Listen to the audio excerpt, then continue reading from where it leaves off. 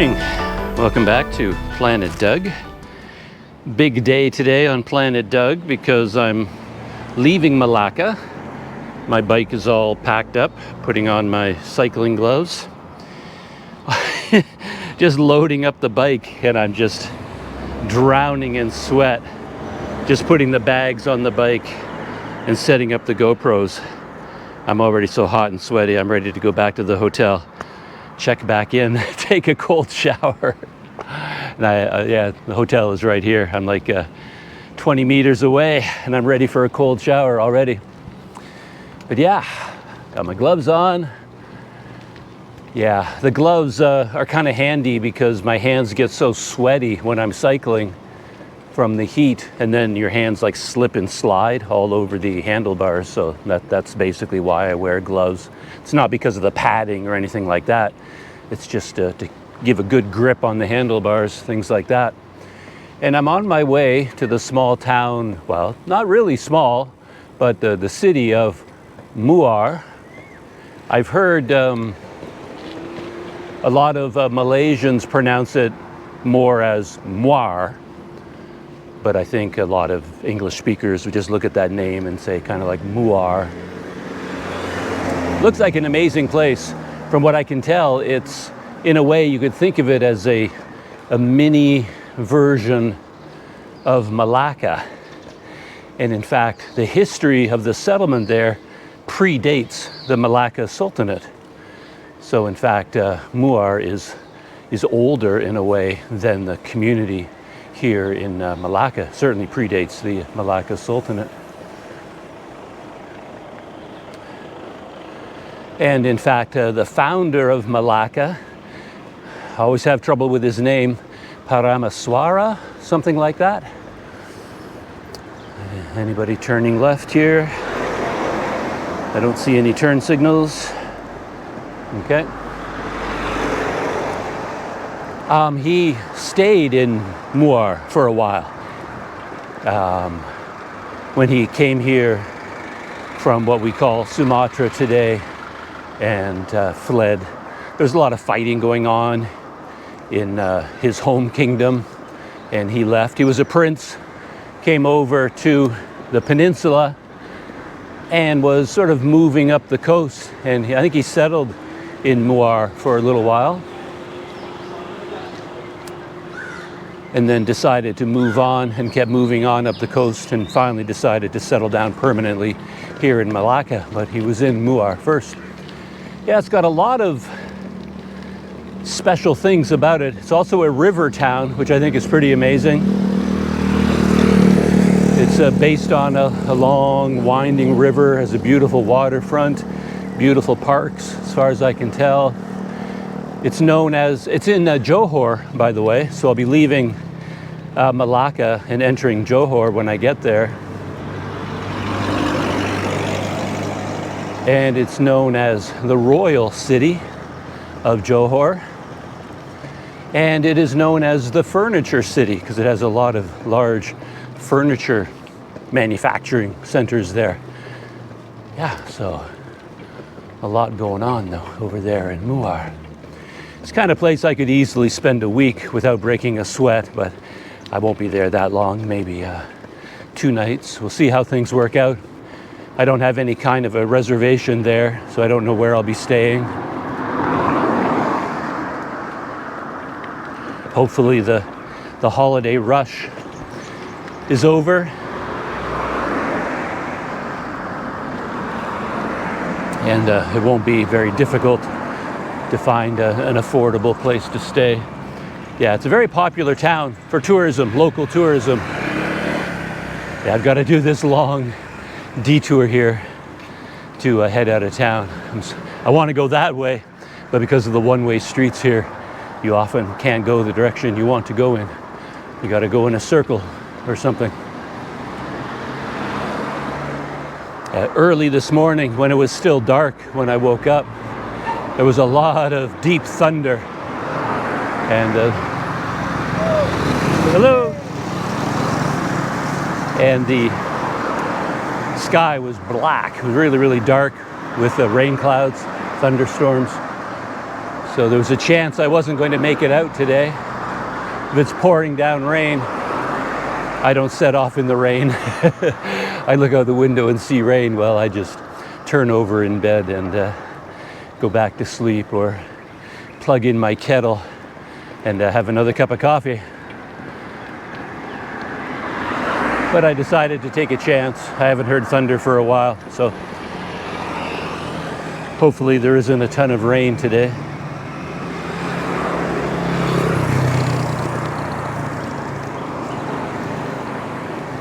And I was hoping to be on the road a little bit earlier than this.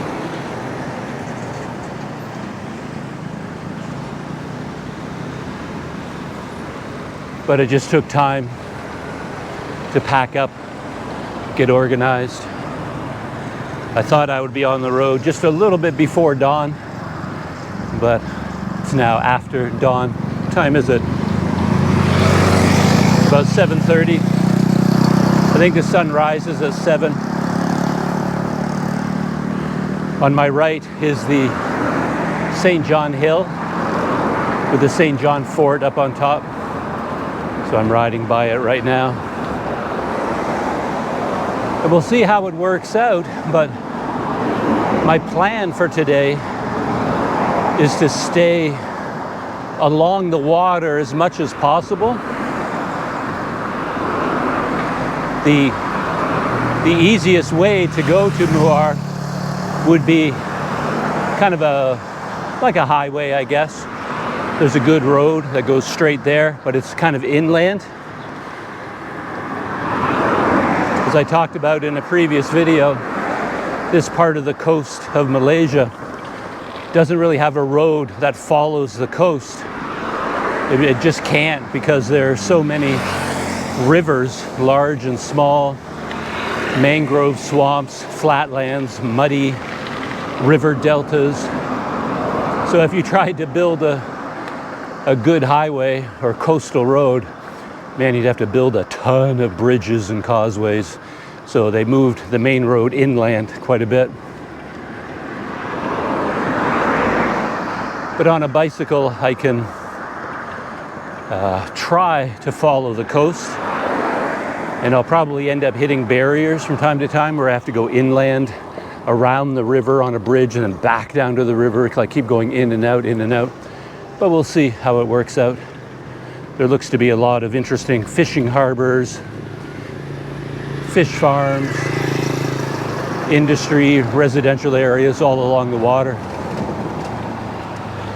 So to start that process, I'm going to... Morning. I'm heading down to the shore here at the Portuguese Settlement again. And then once I get down to the shore, I'm going to try to cycle, just to stay as close to the water as I can. Like this road here, I could just stay on this road and I would go directly to Muar without having to even think about it. But it might be less interesting.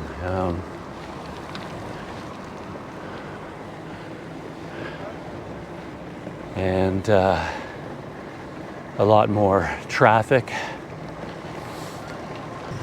So yeah, this is the main road heading down to the Portuguese Settlement and the waterfront. I was down here a couple of days ago at the beginning of that video. I already tried once to cycle to Muar, and I got this far. You know, I packed up completely, rode all the way down to the Portuguese Settlement. And that's when I got a message from a Planet Doug subscriber inviting me out to dinner and offering me, it ended up being 2 nights at a hotel here in Melaka. So I got a bonus day in Melaka before I set off, which is amazing. But yeah, so here I am at the Portuguese Settlement. When I get there, I'll check my phone. See if there's another invitation there to keep me from leaving town, but I don't think so. I think I'll be heading down the coast. So this is going to be a very slow and methodical way. I figure in the morning, since I have more energy first thing in the morning, I'm willing to go slowly. I'll take advantage of that mood to try and cycle along the coast. As I said, it won't be easy, but we'll figure it out as I go. I'll have to stop quite a few times and check Google Maps to get oriented. So yeah, this is where I was. There's the Jesus statue. I'm sure it's designed to look like the famous one in Brazil. And I have no reason to go down here, but yeah, this is the Portuguese square here. This is the Portuguese settlement.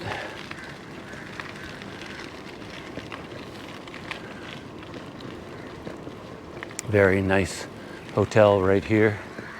The Lisbon Melaka.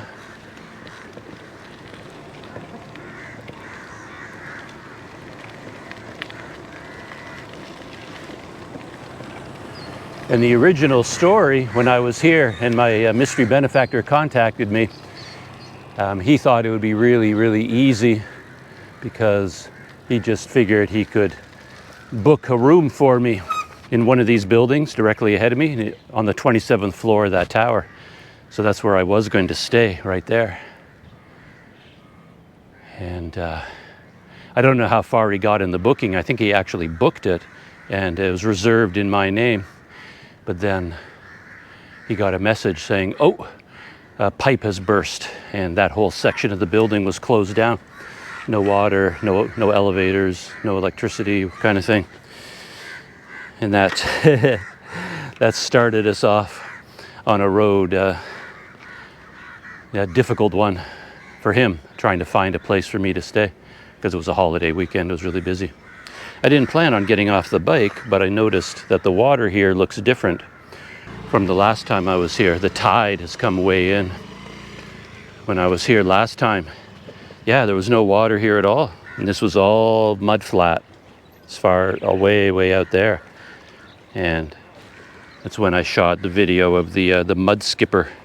You could see all the mud skipper, the fish that can walk on the mud with their fins. But this morning it looks entirely different because the tide has come in. Yeah, that's something you have to remember when you're dealing with Coastline, how dramatically it can change from one day to the next, from morning to evening when the tide comes in. All right. Well, I'm glad I came down here now just so I can see the difference. All those mud skippers are still down there, but now they don't have to walk on their fins. They can swim. And when the water goes out, they climb onto the land and they walk around. True. Yeah, they have a dual lifestyle. They live in the water and on land. Yeah, I keep adjusting how I mount things on my bike. These two pannier bags, they're heavy duty. They're large bags designed to go on the rear of the bike. But since I have the trailer, I try to distribute the weight so I don't break spokes and I don't get flat tires. So the way I think of it is most of the weight goes in the trailer and then my weight goes on the rear wheel because I'm sitting on the saddle. And if I put those bags, then it's a combination of my weight and the bags and a lot of the water all on the rear wheel and nothing on the front. So I'm experimenting with taking my big pannier bags and putting them on the front wheel. So far, I don't mind it. It actually makes the bike more steady because all that weight gives the front wheel like inertia and you don't wiggle as much. It keeps the front tire steady, like going in a straight line when you're going over bumps and things. And then this morning, I'm doing something entirely different because this one pannier bag, it has a special compartment. This one here, it's like a tall one. That was designed originally for like tent poles and sleeping pads. That's why it's so long. And I don't usually use it because I can just put my tent poles and everything in the trailer. But just for fun, I thought I would attach it today. because I have my sleeping pad in there. And the final thing is I have them flipped. This is supposed to go on that side, and this one is supposed to go on this side. But if I do that, this is getting very in baseball for Planet Doug. If I do that and I put this one on that side, when I park the bike, it swings inward and I don't have access to it. And this is my main pannier bag. This is the one that has all of my valuables and GoPro equipment. So I need access to this bag all day long. I go in and out of it to get GoPro batteries and things. And if I have it on this side, it's when I park the bike like this, it's hard to get into it. So I flip them, which means now that this thing is looking kind of awkward. So I'll probably remove that. Yeah, I don't really like that right now. But anyway, and another change I made, I added another camera mount right here. So this one on the handlebars. Normally I put this GoPro here, and then you're looking through the handlebars so you can see my hands and the handlebars. But now I have an option. I can put the GoPro here, and then you get an unobstructed view out the front. All right there. You don't see the handlebars. And if I move it to here, you get more of a POV through the handlebars, so I can move the camera back and forth. I don't know which is better. Just stopping here, drenched in sweat.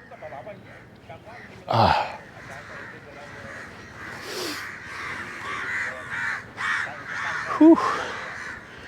Time for my first Google Maps check. I'm back on the inland road. There was no way, like, to exit from the Portuguese settlement. You run into a river, and there's no bridge down there on the coast. So I had to come, as I said, come all the way back up here and then go this way, cross the river, and then head down to the coast again. I think the river is somewhere around here. Maybe I've already gone over it.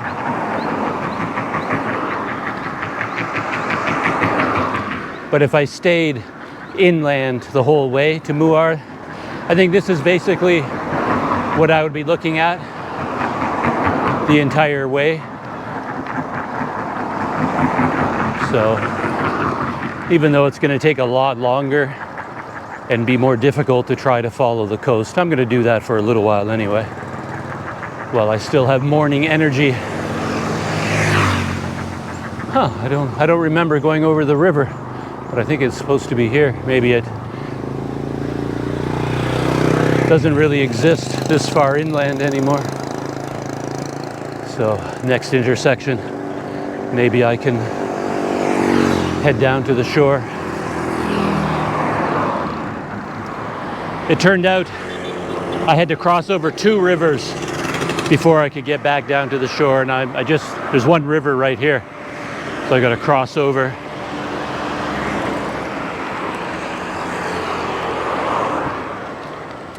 Yeah, right there, that's where my pannier bags are helpful, on the front tire. Like if I do a full body turn and a head twist to look behind me, if there's no weight on the front wheel at all, you tend to like jiggle it around. But because it's got a lot of weight on it, I can look behind me and I'm still basically keeping the front wheel steady. And that's because I've got weight on it. I didn't realize that was an advantage. All right. Down at the first of many, many, many rivers. And I moved the GoPro to the POV position.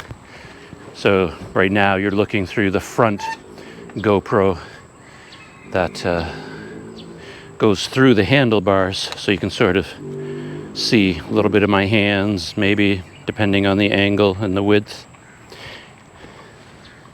Oh yeah, I don't have it on super view at the moment. That's wide. Yeah, when I was looking at Google Maps for this route, I noticed many, many places along the rivers where you saw what looked like dozens, if not hundreds of boats. And from high up, satellite view, I thought they were like big fishing boats. But it turns out they look like this. There are like hundreds of these boats all along these rivers. So I guess this is how the fishing is done here. Not in big boats, but in these smaller ones. It's quite cool. Some of them are, yeah, a little bit flooded. They're sinking.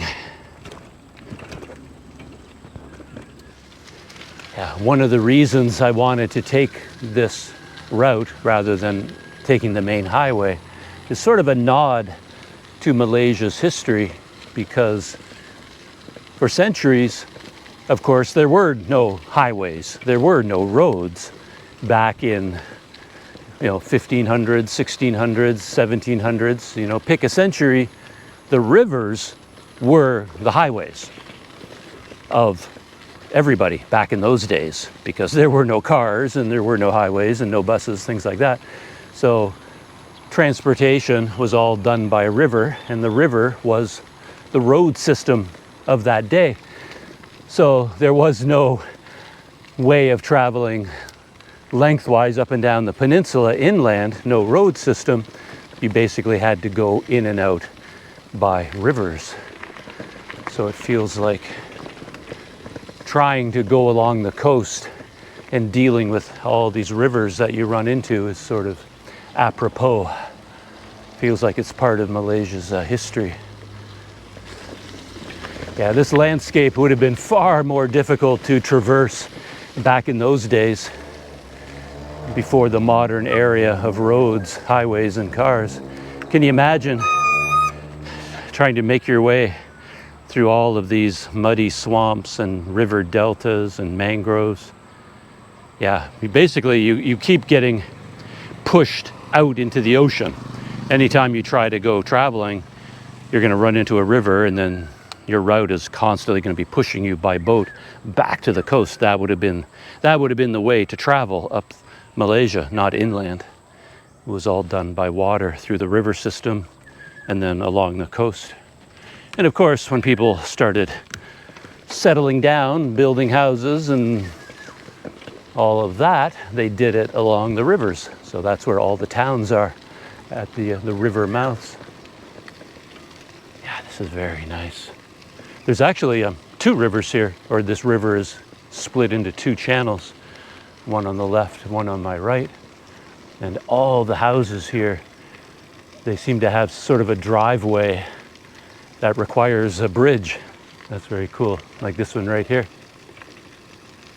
I'm on the road, but if these people want to get to their house, they have to cross this river. So there's a whole series of tiny bridges all up and down the river here. You can see it. This is the smaller channel of the river. That's looking down towards the coast, and you can see these houses over here. The only access to this house would be down the main road and then crossing that little bridge.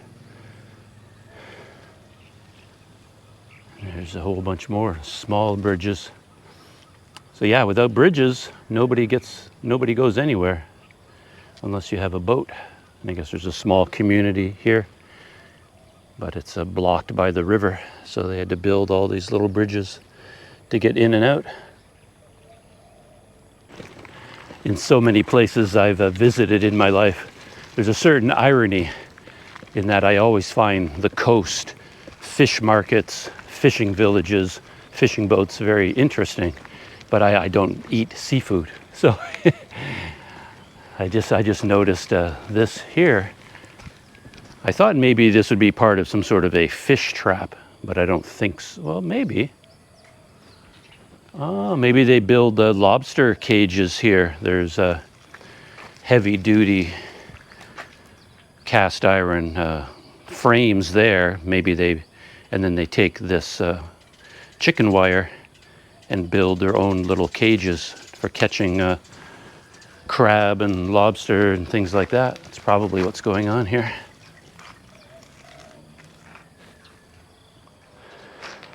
What do you catch with this? You catch lobster? Fish. Oh, it's for fish. Oh, fish cage. Oh, I see. So this would be the opening here. and fish would go in here, and then they have more difficulty coming back out. And there, so, okay, look at that. They have special, building the whole thing by hand with wire, putting bricks in for weights, and rebar here for the base with little legs on it to keep it up out of the mud. Yeah, he's doing it all by hand with pliers. And everything is tied together with wire here, all done by hand.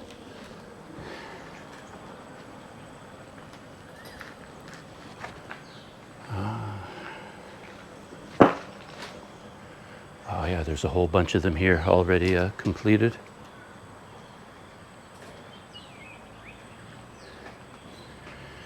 Yeah, I guess you can catch fish because they're not too bright, right? Once they come in through that handmade tunnel, they try to go out through the sides, but they can't make it, and it doesn't occur to them to look for the tunnel that they came in on. Huh. Wonder how old this technique is, this design. In the past, maybe it was all done with bamboo. And even the frame of it, the structure is different. Some of it has like rubber piping, makes it lighter. And then this one, I thought maybe it was metal, or is it? Oh, it's also rubber. Okay, lightweight rubber pipe. Very cool. Seems to be a thriving business here, all up and down this road. People are making these by hand. You see a whole bunch of them here, either completed or bits and pieces of it have been made. And here's the sheets of, I call that chicken wire for some reason. Thinking back to Canada, I think like chicken wire fencing. And then they make all these cages, but you can see it all along here. And then ahead of me, all along the side of this road. So a small industry here.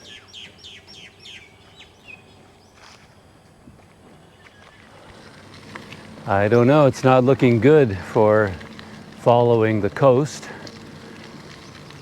Down here, on Google Maps, there's a road that I could, this small road, and then it curves and follows the shore. But there's a big barrier here. They're doing construction. And I guess I'm on the wrong side of the river. I think I have to go all the way back to the main road again. No access for unauthorized persons. And I'm afraid that includes me. That is quite the big sign there, the red circle with the white line saying, yeah, it looks like they're building a bridge. So it will open eventually, maybe, but for now, no.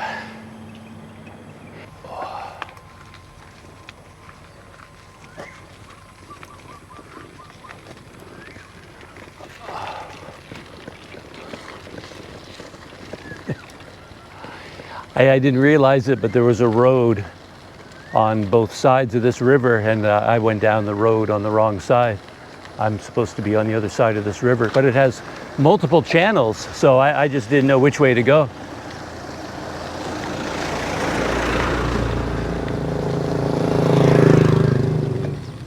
Yeah, this is normally the sort of district that I would explore while I'm staying in a town like Melaka, right? Like I'm just 6 kilometers outside of Melaka, so you could easily, yeah, just stay in Melaka and hop on your bike and then ride out into the countryside like this, go up and down the rivers, and you would see all of this without having to change cities even.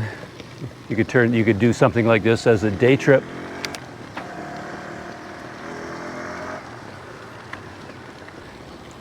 Luckily, it wasn't very far to go from the main road down to where the barrier was. I'm already back at the main road. Only took a couple of minutes.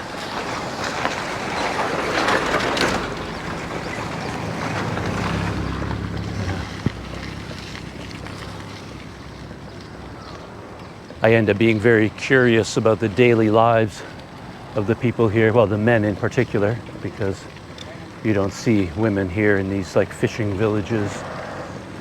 But all up and down there were these like men in their 60s or 70s, obviously lived their whole life here. There's like a guy there who clearly is like a security guard or like a caretaker for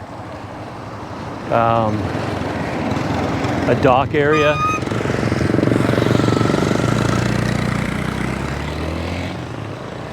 And he's sitting in a chair there. Looks like he's been there for 1,000 years. And 1,000 years from now, he'll still be there. He was napping in that chair. And he heard my voice, and all he does is open one eye, look at me go by, closes his eye, and goes back to sleep. And that's probably where he is the whole day. So yeah, I just crossed over the river, so now I'm on the other side, hopefully the good side. And from here I should be able to go down and follow the coast for a little bit. The last couple of weeks we've been getting more and more rain, not during the day, but nighttime. There's been some major downpours. So some of the roads I might follow today, or want to follow today, might be impassable because of mud and puddles. We'll see. Once I run out of morning energy, I'll probably end up back on the main highway for the final 20 kilometers or whatever to get to Muar. I won't have the same patience or energy for this kind of dipsy doodling, and I'll just go back out to the main road and head to Muar more quickly. But for now, I feel like the whole day is stretching out ahead of me, and I have all the time in the world to go down these side roads, these bumpy roads, and do some exploring.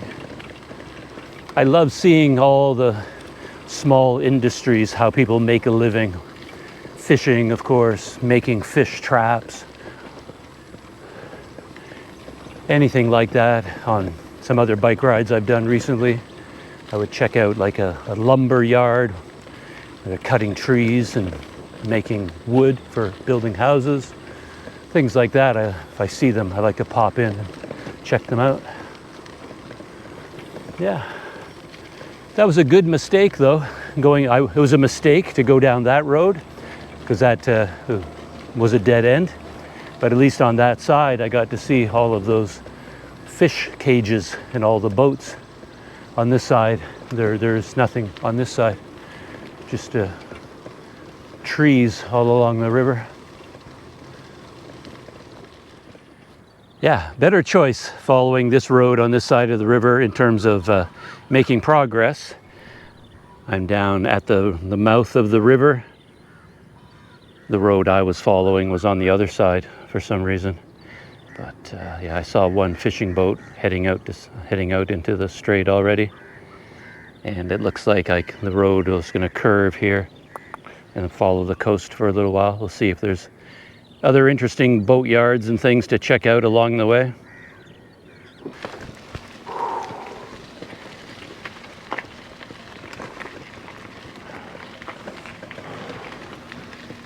Oh. Huh. This may not be open to the public either, I'm not sure. There's a gate. The gate is wide open. It's very muddy. The dirt road. And there's a gate on the other side, yeah. I can't go this way, so yeah, my way has been blocked again. On Google Maps, this road looks open, but there's a gateway I can't get past.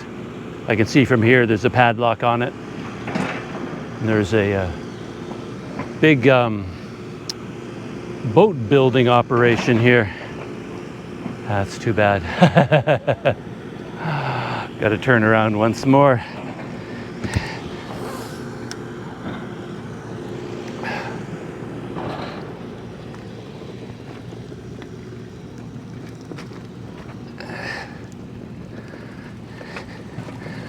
But I saw some interesting things on this road as well. But Yeah, I'm pretty sure if I could have gone through that gate, I could keep going quite a distance, but that gate doesn't show up on Google Maps. Like on satellite view, you can't see down to that kind of detail. So I didn't know that the road was a private road that was blocked. I was just chatting with my mystery benefactor back in Melaka, and I was saying that had I known that this area along the shore and all these little fishing boat villages were so interesting, I probably would have just stayed in Melaka for another night or two, found an inexpensive hotel, and then just come out here on a day trip rather than changing cities completely.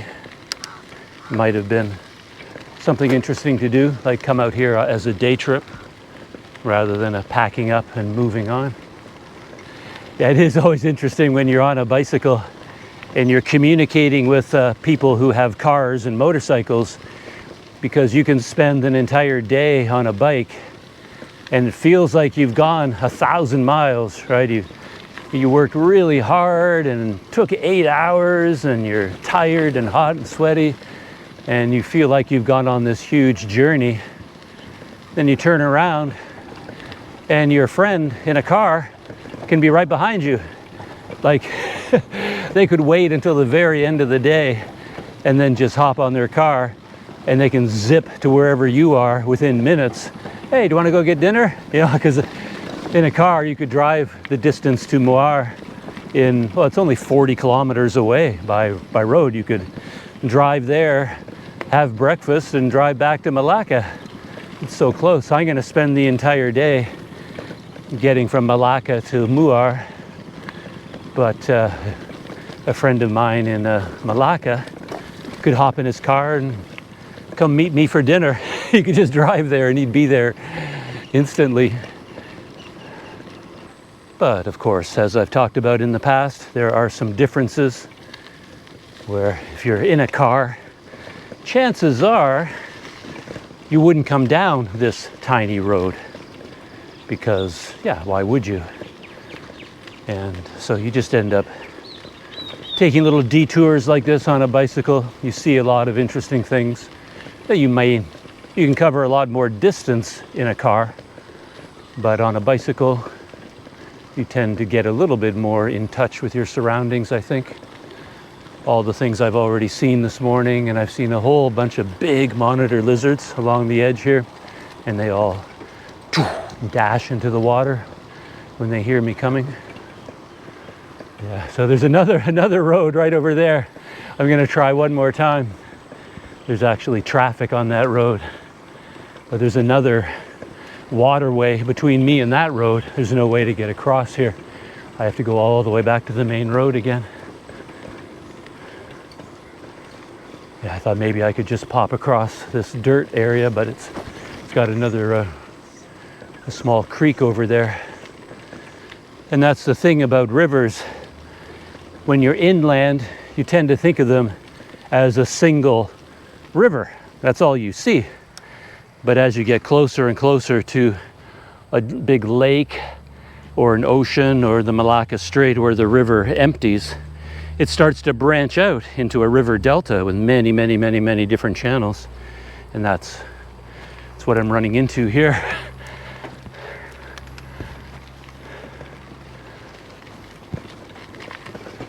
For Malaysia, though, more and more, it seems like the sweet spot would be a scooter.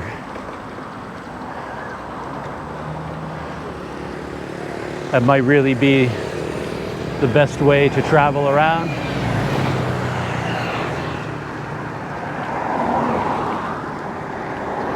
A car would be a bit too fast, and you'd be reluctant to stop the car, get out, go exploring.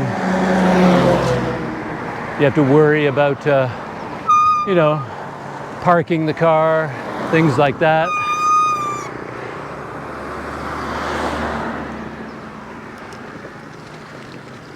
Bicycle is pretty good, but it's so hot here, and you move so slowly. These little detours take a long time, and but a scooter might be the perfect combination.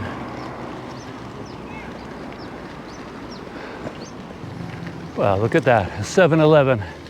Gonna grab a little bit of milk.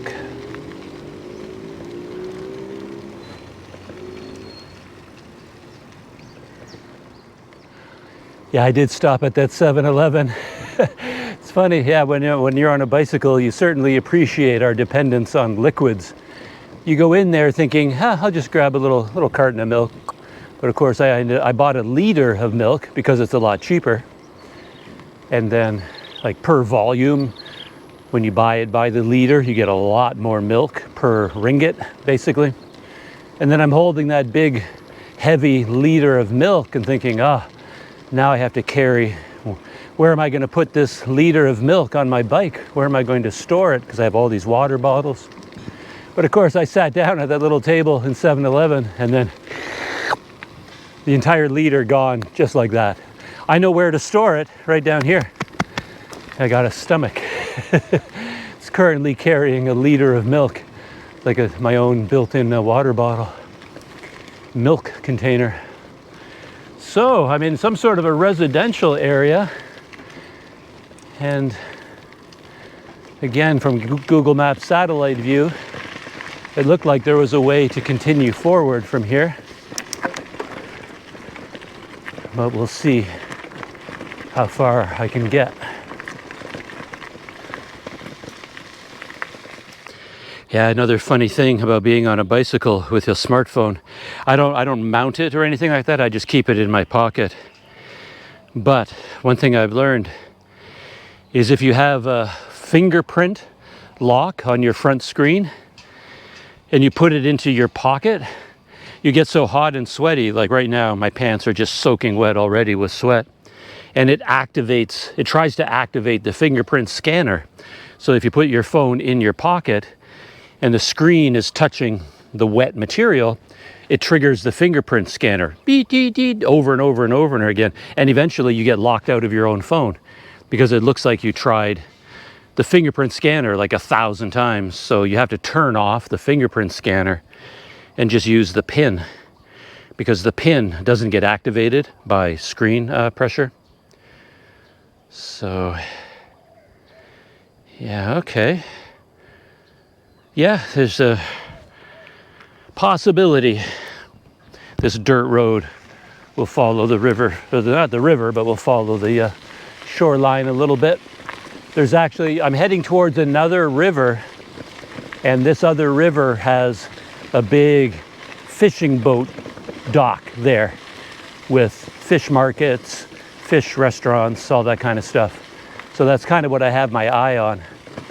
I wanted to go there first out of Melaka and just check out all the fishing boats, and then after that, if it's too difficult to go along the river, then I'll just head towards the main road and keep going that way. But for now, let's see how far we can get on this dirt road.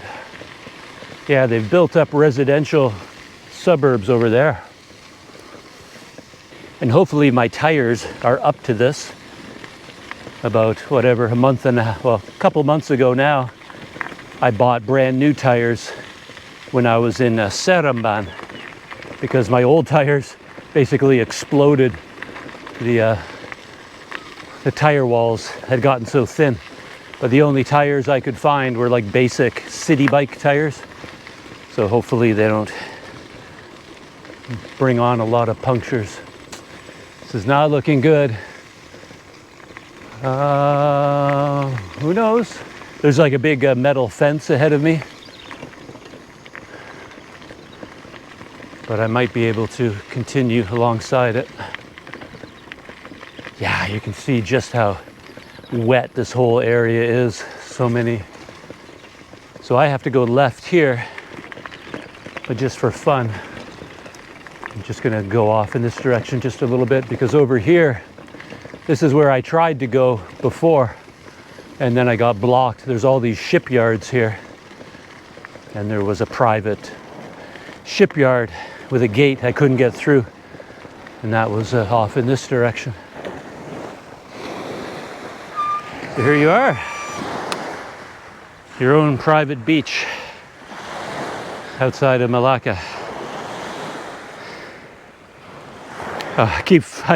Now I keep forgetting I don't have my fingerprint scanner turned on. So every time I want to go into my phone, I have to enter my PIN. Yeah, hopefully I can go this way. And again, yeah, all of this would have been much better as a day trip out of Melaka. You come out here for 4 or 5 hours, explore this whole coastal area, and then just go right back to your hotel in Melaka. But that wasn't the plan for today, so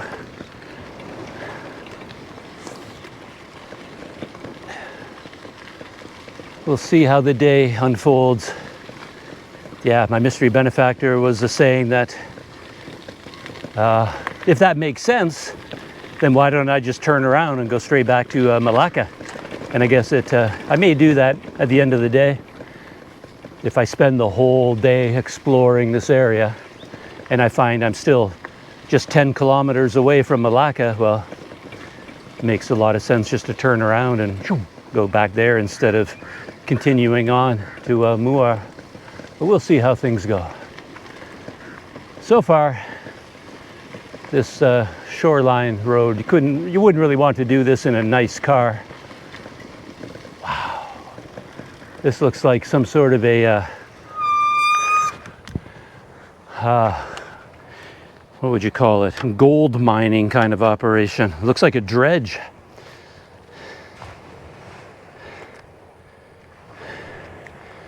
Check this out, what a beast.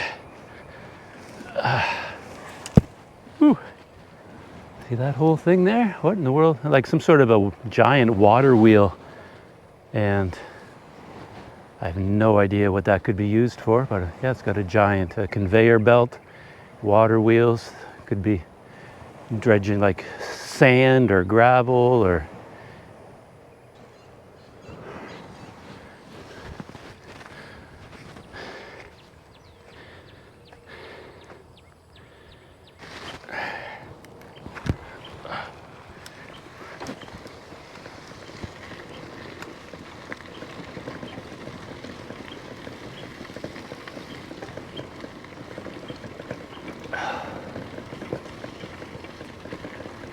that is one thing that I don't like about my trailer that I've got attached to my bike right now. Because the wheels are movable, the axles aren't fixed in position. So there's a little bit of movement around the wheels. So on a dirt road like this, it rattles a little bit. If you just had pannier bags, your bicycle is perfectly quiet. But the trailer always has that little bit of a rattle. You get used to it. I'm accustomed to it, but ooh, what's going on down here? And with this trailer, if you ever want to do a U-turn or a circle like I'm doing right now, you have to remember to always go to the left. You can do really tight corners to the left, but if you go to the right, you have to do a really wide curve going to the right. Yeah, there's a gateway here in towards some shoreline property. A couple of guys up ahead fishing.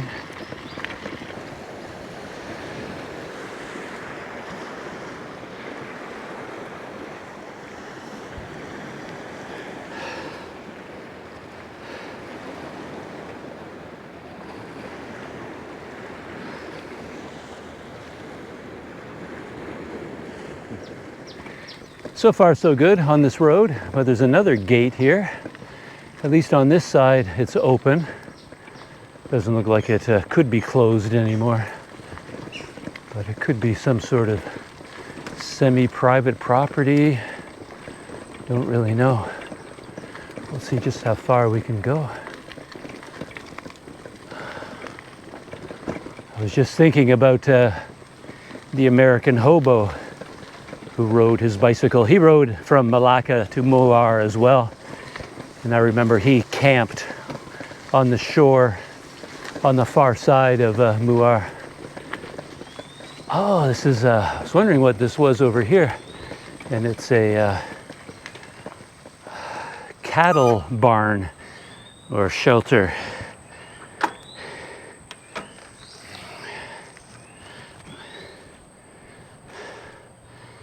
Got some big boys or girls over here. Hey guys. Wow. Don't worry, I'm not here to bother anybody. Just come to take a look at you. Aren't you beautiful? Look at that.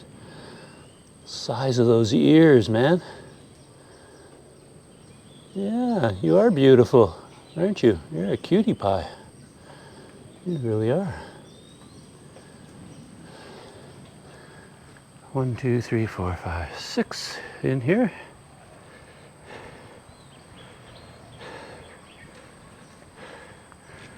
Hey there. Oh, I thought maybe this one was scared of me and that's why it got up. But I think it thinks I brought food. This was actually trying to come closer. Yeah, there's a lot of livestock here where I was taking that. I just took a picture. It's just down in that little shelter there. But over here we've got some goats. Goats are such cool animals. I love goats. They're so curious. They're very interesting animals, aren't you? And there are the goats. I've been on farms a few times where they had a lot of goats. And they have a lot of human qualities. They love to get in trouble. Anything higher than them, they want to climb it. Doesn't matter what it is, they're going to climb on top of it. And nothing is safe from a goat. There's a whole bunch of them up here. Little ones. Hey there. Look like the mamas and the babies over here. Hey. And then a bunch more. Yeah, a whole lot more cattle over here. I'm still here at this farm. Yeah, very interesting. Big cattle, goats, things like that. And then as I was coming out this end, there's a whole bunch of goats in this pen here. And as I was going by it, I heard a voice talking to me. And I thought maybe my phone had accidentally clicked onto YouTube or something. But then I heard a voice saying, "You are under surveillance. Warning, you are under surveillance." And they have a set of cameras up there with motion detectors. So I guess I set it off as I was going by on my bike. I stood, still for a little while and just waved at the camera to say hello in case they're looking, reassure them that I'm not here to steal any goats or any of these fellas. Look at that. That's a big fellow there, the big black one. Big hump. And I think they associate people with food, so I'm unfamiliar to them, but they're willing to take a chance and get this close just in case I'm bringing food. But sorry, guys and gals, I don't have any food. I'm just passing by, hoping that this road takes me somewhere. Oh, I've reached the next river where I think there's some kind of a fishing harbor. And I had a choice. There's a T intersection and a paved road heads off in this direction, but I don't think it crosses over at all. I think I have to head up a little bit. This is heading down to the shore. But since it's still morning time and I'm in the mood to explore, I'm going to take a detour, head down and see where this road dead ends. What's down here? Hello. Denai Muara Sungai Punggor. So Sungai is river, I believe. So I guess that's the name of this river.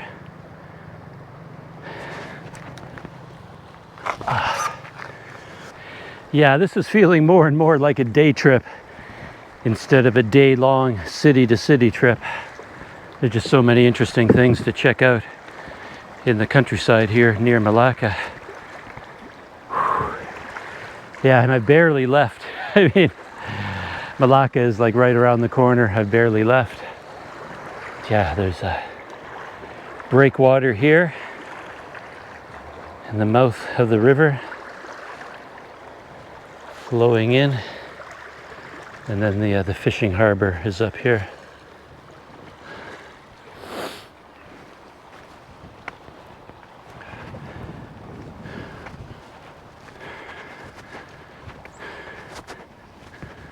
There's another dirt road. The dirt road is continuing in that direction, but I don't think it goes anywhere in particular. And that's where we are right now.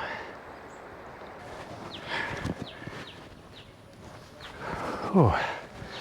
So I made it to the end of this dirt road to where I saw all these fishing boats and fish markets and seafood restaurants. And there's a bridge here that crosses the river, luckily enough.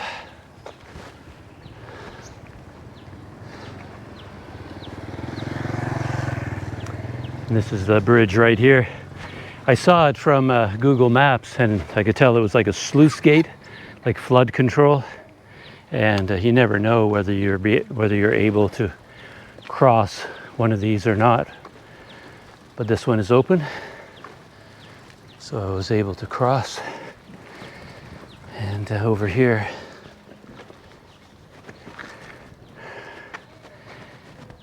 are all the fishing boats. Not a lot of activity. And maybe I can ride my bike around one of these seafood restaurants and get down to the boats there, take a look at them. Yeah, there's very few people here right now. That's what normally happens when I'm out, middle of the day. These places all come to life at night. People come out here for a seafood dinner. But right now in the morning, there's nobody here.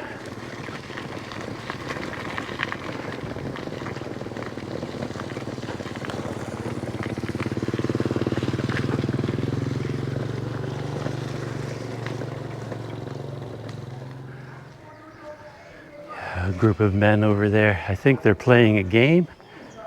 I don't know. It's like I hear a plastic cup with dice or game pieces or something like that. Or else it's a bucket of ice.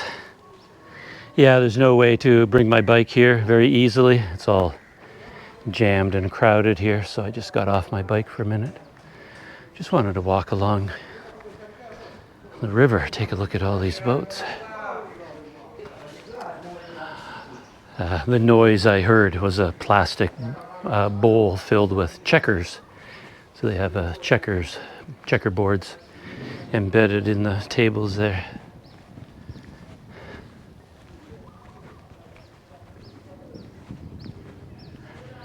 I always have the same questions when I see these places. Questions about these boats. How much do they cost? How often do they go out? Or do the boats just sit here for days and days, weeks, and never move? What about all these motors and boat engines? Are they still operational? It's two pretty powerful engines there, two big ones.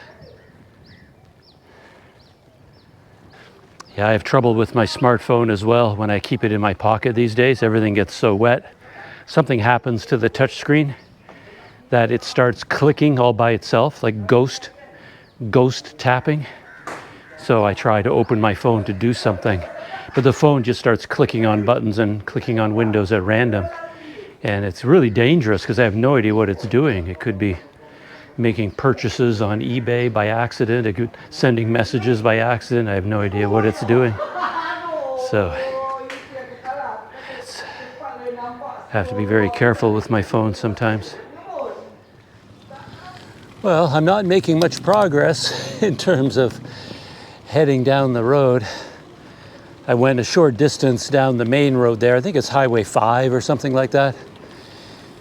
But right here, there's another small road that goes back to the coast. And I think there's another fishing harbor there. And I think there's a small road that goes along the river shore, or the river, I keep calling it river shore, but along the shore beside the Melaka Strait.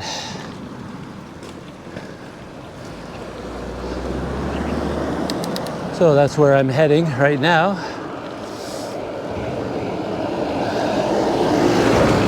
And there's this harbor up ahead, but then as you go along the shore, there's another one that has a dock with boats that go out to the big island. I think it's Pulau Besar, I think, in Malaysian. I think it means a big island.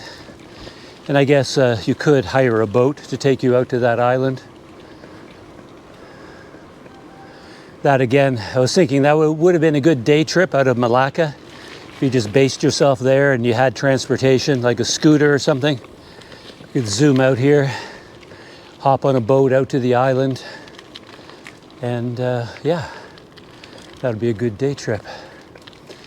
And from Google Maps, it looked like there was a bridge, because I'm on this side of the river again. I think I can cross over, but I'm not sure about that. There's a hill up here going over a river. Oh yeah, okay, maybe this is the bridge right here.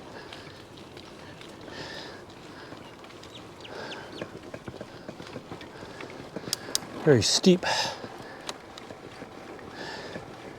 Need my low gear to get up.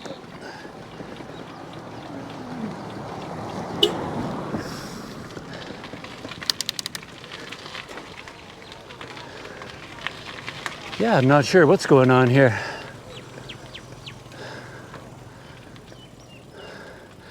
Medan ikan bakar penuh.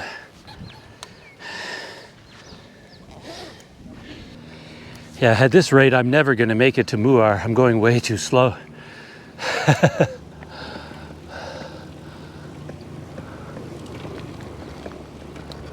I'm not quite sure what's going on here.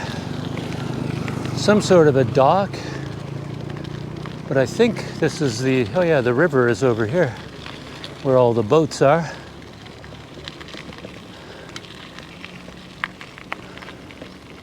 Ah, very cool, okay.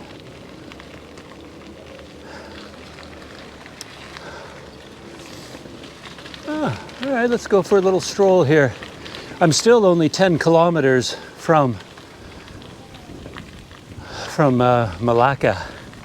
So I've hardly covered any distance at all, but I've been spending all my time stopping and checking places out.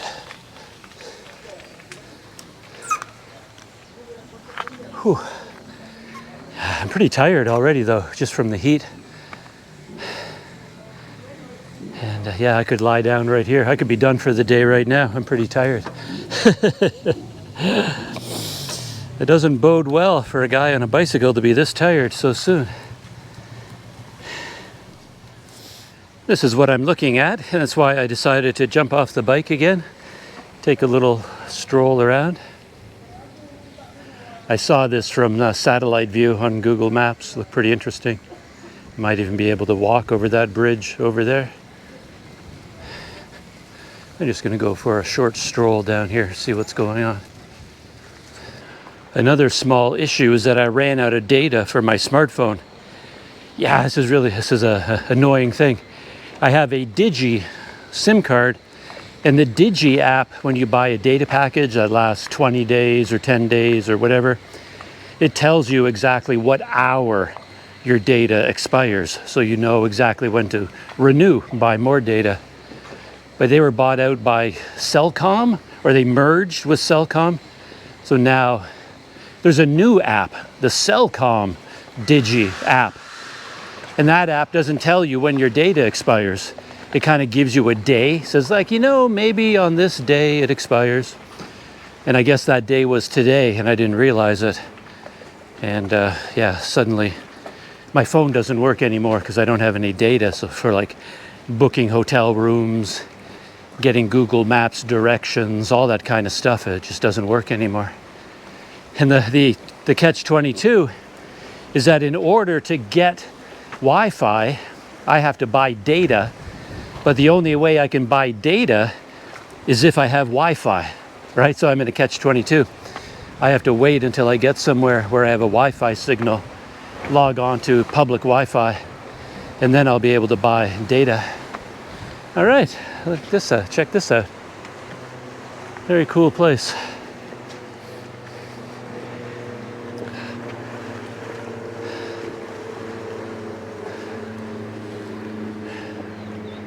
This is the mouth of the river over here. And I guess that's a big island out there. Yeah, that would be Big Island. Yeah, it'd be nice to spend the night out there. A lot closer than Muar.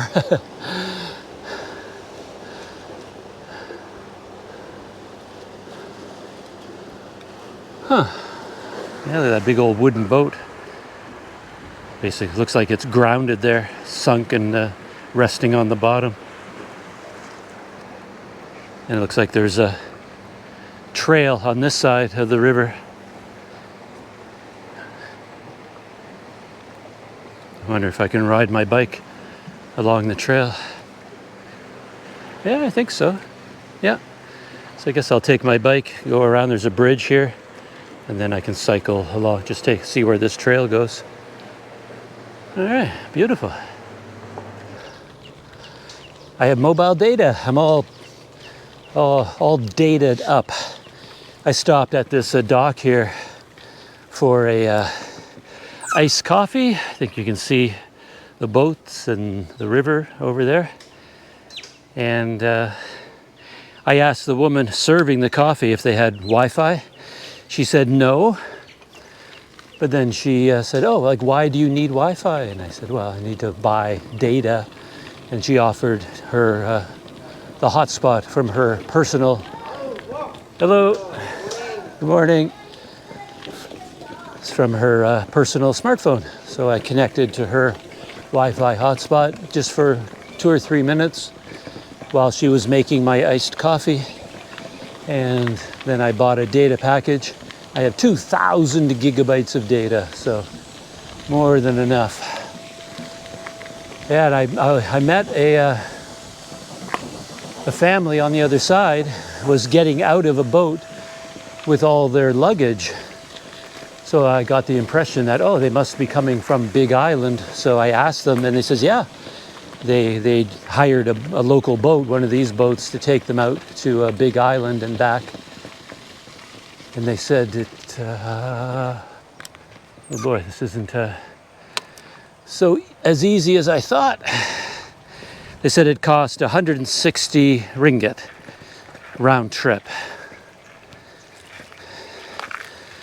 So to go out to the island, and then they pick you up again. And they said they stayed in a chalet out on that island. But I'm guessing the chalet would have been quite expensive.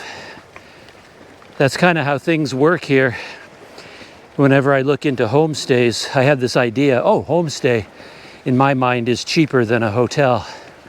But it doesn't really work out that way, because a homestay means renting the whole house, or you rent a whole chalet, and that is for your entire family. So it might end up being a good deal for you because you go with your whole family and there's 10 people and you rent a chalet, you rent a whole house. So, but for me, being on my own, 160 ringgit to go out to the island, and probably another 200 or 300 ringgit per night, unless you rough it and camp out on the island. There'd probably be plenty of opportunities to do that. Though, to be honest, even in the past, I rarely would go out to an island because, I mean, as a foreign visitor, everything is new. Like, look where I am right now. I'm in this mangrove forest, on this amazing walkway. So this whole coast is brand new to me and interesting. And so what's out on the island that's better than where I am right now? You know what I mean? So I don't really need, whenever I'm on a coast like this, I don't feel the urge like, oh, I got to get on a boat and go somewhere else. Because look at this, I'm already somewhere very, very interesting. Of course, going out to an island would be nice for a holiday. But for someone like me, there's no absolute need to go out there. There's enough adventure for me right here on shore. Huh. Yeah. This walkway has seen better days. A lot of the railing is gone, like broken, snapped off, but yeah, and up above there's a walkway completely shattered. It's dangling from one side, so you can't, this whole structure feels like it's about ready to collapse. Maybe you're not even supposed to be out here at all, but I'm certainly not going up there.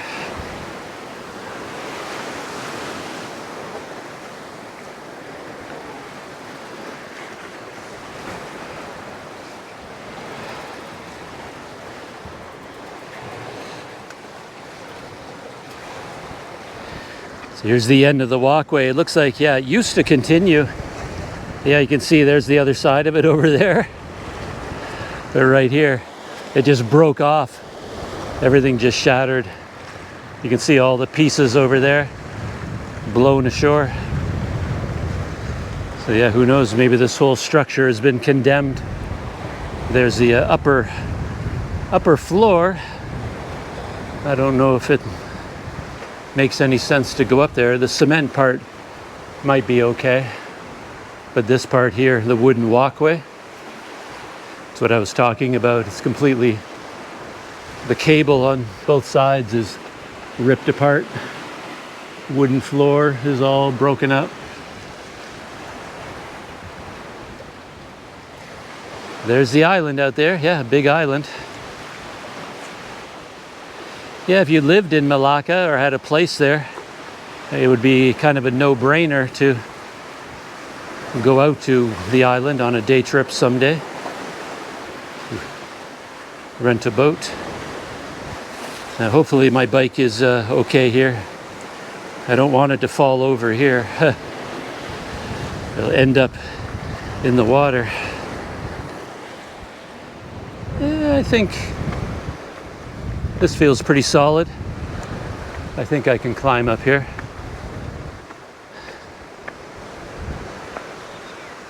Get a little bit of a view from up here. You just can't walk across to the next one. Again, only if your life depended on it, you could make it across there, but only then. Yeah, really interesting coastline here. A lot going on.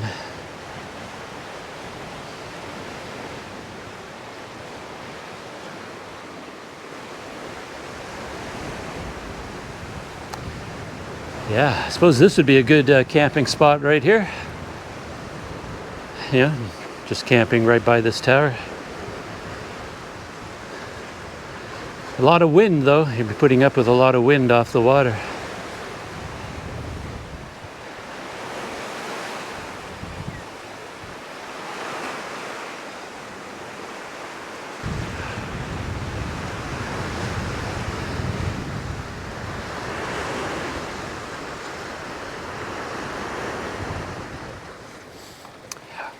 I've seen a number of boats going in and out of this harbor, carrying tourists out to the island. I was just chatting with someone local who knows this place or this area well, and he didn't think the island had opened up again, like all the places out there had shut down. So he was surprised to hear that I was talking to these local people who said that they were staying in a chalet out there. So yeah, it's good news, I guess. So the island is opening back up again after COVID.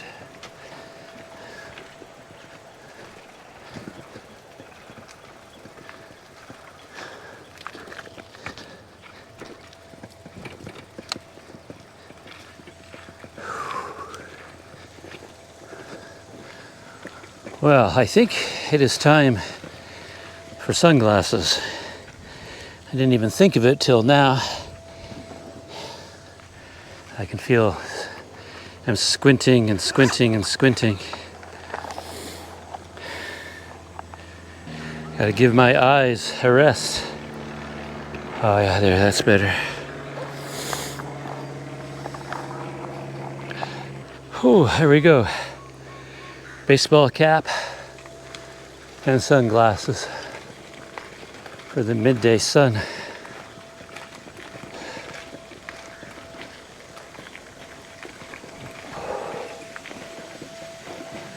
Very industrial here in terms of lots of old wrecked boats, metal yards, you know, repairing everything. You can see this big pile of debris here and steel.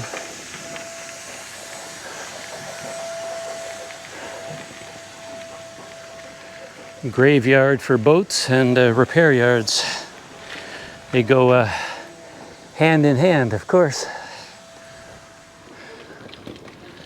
And 4 or 5 kilometers down the shoreline here, there's another harbor like this one that I wanted to check out along the way.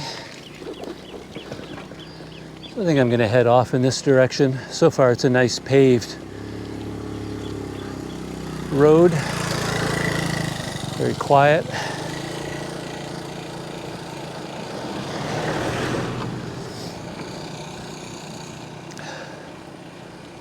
See how far we can go on this road.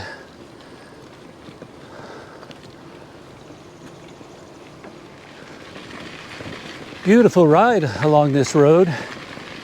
It's a dirt and gravel road, but occasionally has really smooth sections. No traffic at all, of course. A lot of birds, monitor lizards, and best of all, I'm right on the water. I don't know if you can see it or not, but maybe I can point my Hero 9 off in this direction. Yeah, right there, right? So you can see the water. If it were later in the day, yeah, that would be, I think, a pretty nice camping spot right there. Whew, I've got more than enough water with me to get me through the night. Just need a bit of food. And I could stay anywhere along this road. There's a lot of openings down to the beach. There's no beach down there per se, like not a swimming beach, but the edge of the water.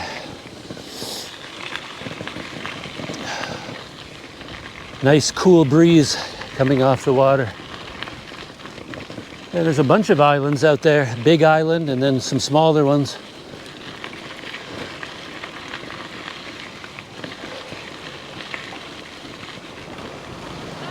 Hello. Yeah, look at that. Something used to be here. There's all kinds of concrete and tiles. So it must have been some sort of a lookout platform or something. It's all been destroyed.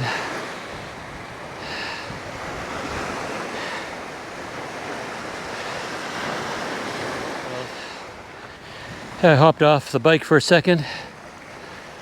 Noticed some shade over here. I'm gonna sit in the shade for a few minutes. Take a look out at the islands. Yeah, out there. There's the road, and there's actually, yeah, a house right there. But yeah, out there on that road in the sun. It's pretty warm right now, midday.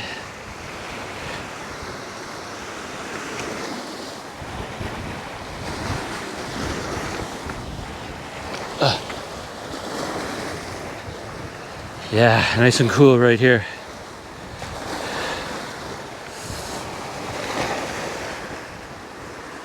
I even found a bit of a backrest against this tree.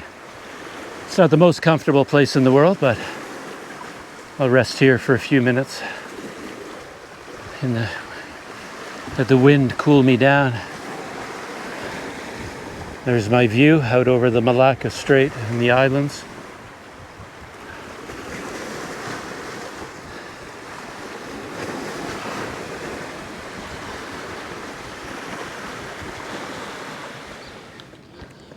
So I found the road that goes to the main ferry terminal heading out to the island. At least that's what the sign says, but I don't know.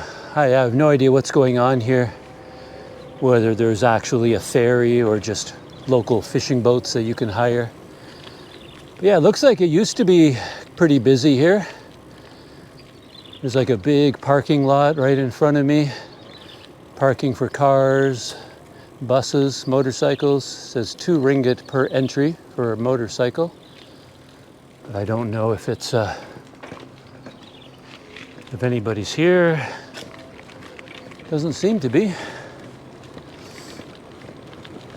Yeah, if it wasn't expensive and it was easy to do, I would throw my bike onto a ferry, go across to the island, spend the night there. But I don't think there's anything like that anymore, if there ever was.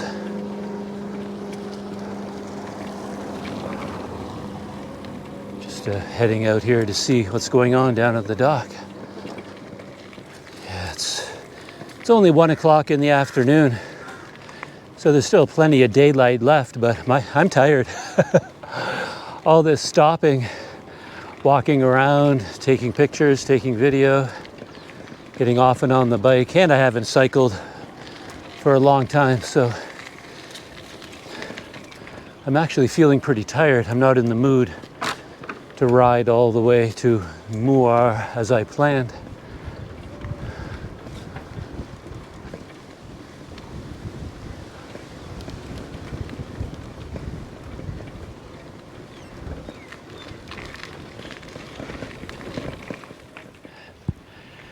So this place might be a bit more organized than the other dock. I mean, that was a private dock, and I think those were all private boats. But here, yeah, like it actually seems to be a ferry terminal of some kind. And I see a lot of people pulling up in their cars with children getting out. And there's some sort of a ticket counter over there. So let's go investigate, see what's going on here. Hi. Hi, how are you? Great. Good. You want to go to the island or what? I don't know. I was just riding by on my bicycle. Okay. And then I saw the island, so I came to investigate. Yeah. So you have a boat that goes out there? Yeah. And 2:30. at 2:30. Yeah. Just coming back. Return is 5 o'clock. Oh, it comes back at 5 o'clock. Yeah. I see. Out on the island, do they have accommodation? They have hotels out there? They have some sort of chalet. Chalet? Yeah. Oh, okay. They have hotel, but they close for renovation. Oh, I see. Oh, okay. All right. And what is on the island? Why do people go there? They just go leisure swimming at the beach. Yeah, just hang out on the beach? Yeah. Okay. So yeah, they have, it's like a ferry, yeah, that goes back and forth. And they have a schedule here, which is all up to date, which is nice to see. I'm not used to schedules being up to date, but yeah. So it goes there, 8, 10, 2:30, and 5. And then it returns. I think these are the return trips, something like that. Pagi, padang, patang. Anyway, so their next boat is at 2:30, and I guess I could come back at 5:15 if I wanted to. And they would take a bicycle. Oh, it's at 30 ringgit for foreigners. That's the foreigner price. 24 for locals. So yeah, you can take one of these boats out to the island, which would be a nice day trip out of Melaka. I don't know whether I want to do it today or not. If I went out to the island, I'd want to spend the night out there.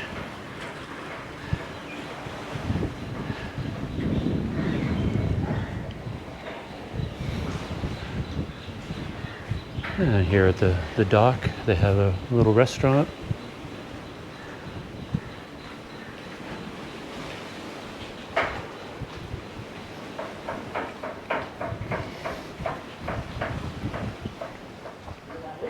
I know I said that just a few minutes ago that there was no point going out to offshore islands because the coast is just as new and interesting for me.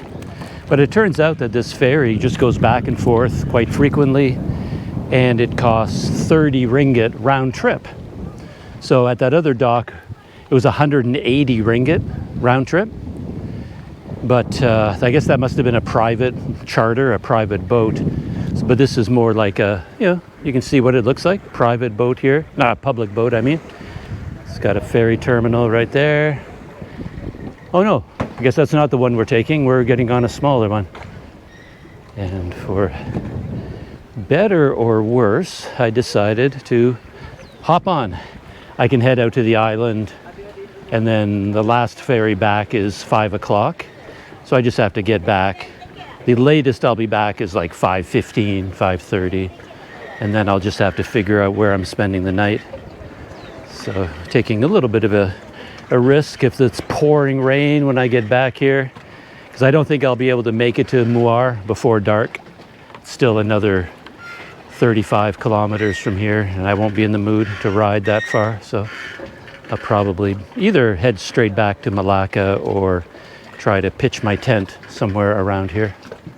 But either way, we're heading out to the island, which is cool. And off we go. So these boats fit 10 people probably at the most.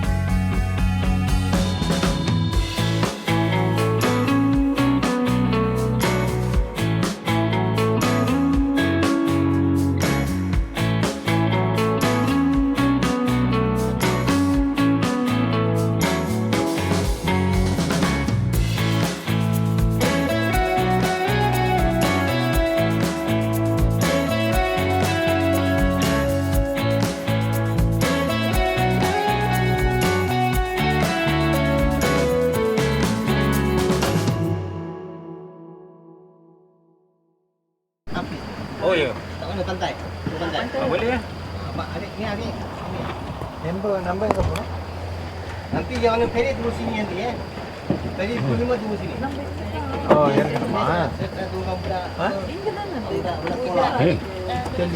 Yeah. Nanti ferry terus sini dulu eh. We've arrived. A very short trip to get out here. And they have one of these floating docks. It's very cool. Nanti balik terus sini tau ferry. You have to navigate a pretty bouncy boat Terus sini. and a bouncy dock to get off. வாங்க வாங்க அப்புறம் இங்கே தான் வரணுமா நம்ம Kunci வாங்க Pantai itu tak jauh sini bang ya? Jauh sini ya. Nanti balik tunggu sini ya. Oke, Ferry oke. tunggu sini balik. Oke. Get off here? Ya, ya. Yep. Ferry. Ferry? 5 o'clock. 5 o'clock, get here? Yeah. Okay. Bang, nanti dulu bang, nanti pukul 2:30. Ferry 2:30. Hmm.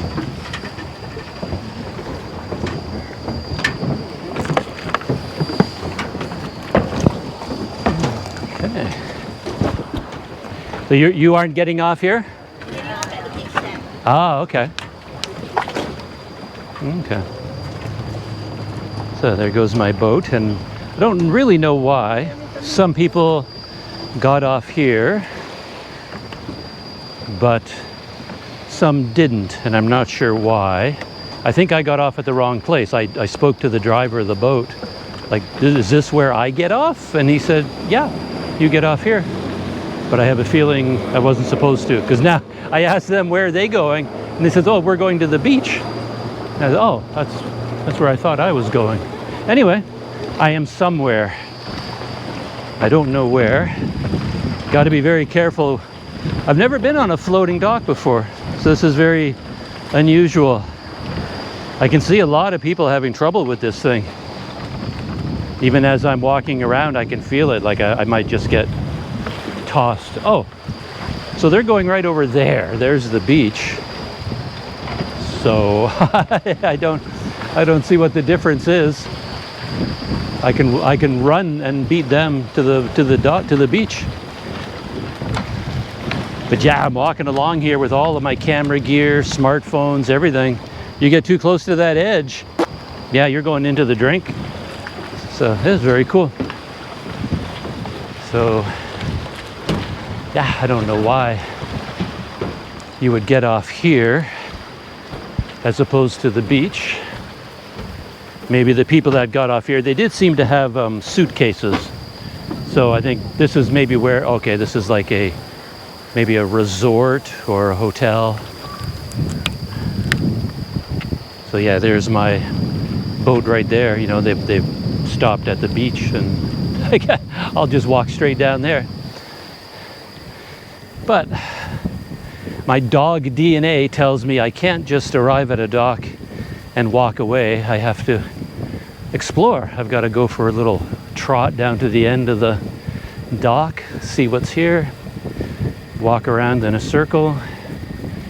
And I guess the boat, the guy did tell me 5 o'clock. I have to be back here at 5 o'clock to get the ferry back again. I noticed a couple of women on the boat there. They had their eyes closed. They had their heads buried in the chest of their husband.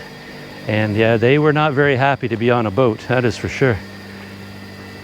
Yeah, I guess if you're not accustomed to the water and not accustomed to boats, it can be a little bit of a shock to suddenly be bouncing across this water on that little boat.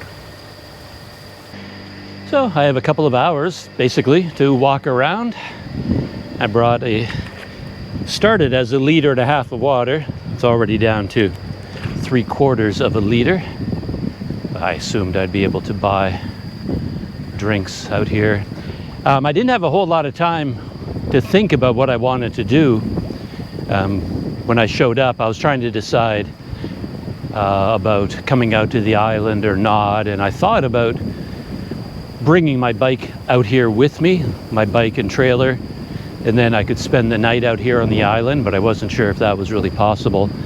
And the guy said, yeah, you could do it, but it would cost an extra 30 ringgit for the bike. For like a lot of luggage, you'd have to pay 30 ringgit.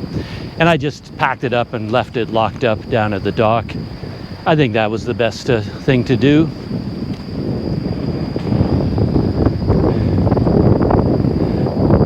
Because that boat was pretty small, it would have been a kind of a real pain in the butt to try and manhandle my bicycle and trailer and all of my bags onto that small boat.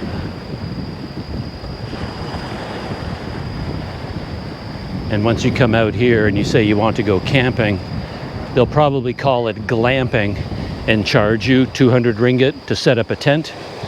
So if I do end up camping, I guess I'll just be camping back on the shore somewhere.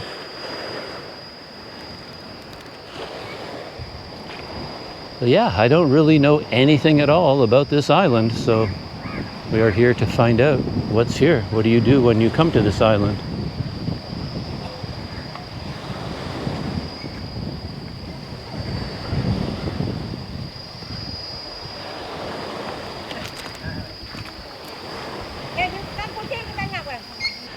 I just read on a sign that this island, Pulau Besar, Big Island, it's the largest island in the Malay archipelago, and it is well known as a stopover point for long voyages. So like in the 1500s, it was a stopover point for ships and needing to restock with fresh water and things like that. And I guess it's connected with the journeys of Jung Ho. They would stop here. This island is mentioned in the journals that were written on Jung Ho's boats on his expeditions. So I guess that makes it part of history.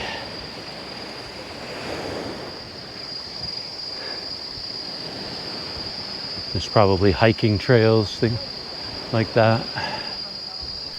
I was just talking with the man who seemed to be attached to all those tents over there. There's like a big set of tents. And I was just curious what's possible here. And he said, if you want to put up your tent here, he said, it's free. You can just, any of these spaces here, you can just put up your tent and camp there, and it doesn't cost anything. But he said somehow if you wanted to camp up here, then you have to pay. But even he didn't seem particularly clear on the details about everything. Like, I have no idea how you would arrange something like that, who you would pay, how much you would pay, or I have no idea how any of this works. But that's normal for me. I never know what's going on.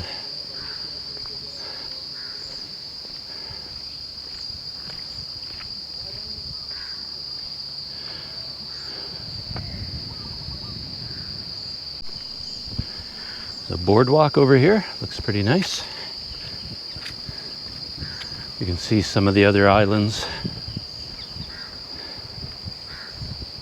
To be honest, I was surprised that the ferry was so... Well, at the very beginning, I thought it was really organized because the guy said, yeah, the next ferry is at 2:30, and then the last ferry coming back is at 5 o'clock, and that's exactly what their schedule said.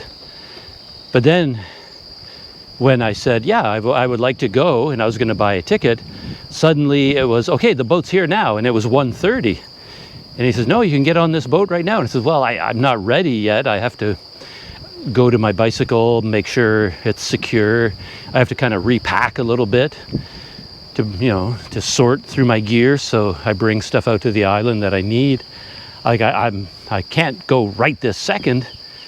And then it suddenly got very confusing about exactly when the boats went and what boats you get on. Because then he started saying, oh, okay, you can take the 2:30 boat. And then he pointed to some other people and says, oh, you can go with them. And he pointed to some other people and said, oh, or you can go with them. They're going by boat. So I have no idea what was going on. I bought a ticket for the 2:30 boat. But then suddenly it seemed possible to hop on any number of boats. Like anytime I was ready to go, I could have hopped on a boat. But I have no idea why or how. Anyway, I couldn't figure out what the organizational system was. Given a bit more time and a bit more information, I guess I could have repacked really quickly and just brought my camping gear out here with me. Just thrown a few things together to bring out my tent and sleeping pad, stuff like that. But I think in order to do that, you have to bring all your own food and water.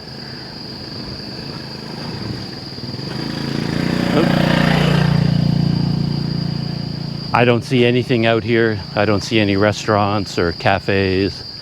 So even if I could have rummaged through my trailer and took out all my camping gear that I would want.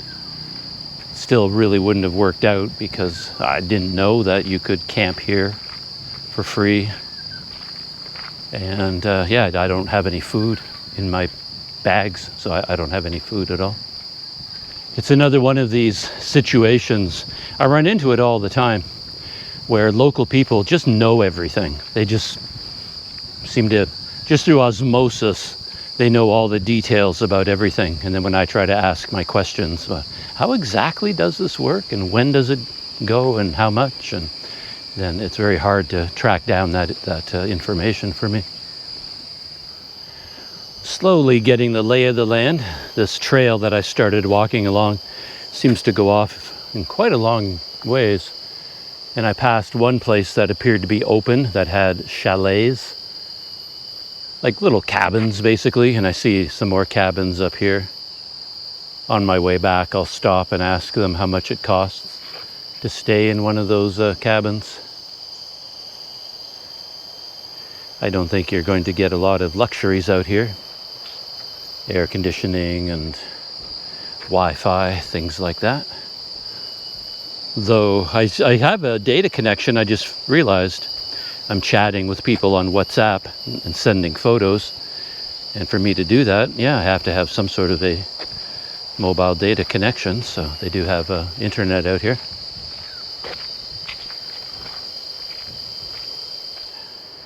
I've just been following this orange brick road, just seeing where it goes. And it looks like it just keeps going and going. I'll have to look at the Google Maps for a minute, figure out how far I want to walk, or whether there's any point to just walking and walking and walking. I've been walking along the shoreline here. And over here is where the ferry dock is and all the little chalets. And one open restaurant that I saw. And the ferry terminal on the mainland is off in that direction too.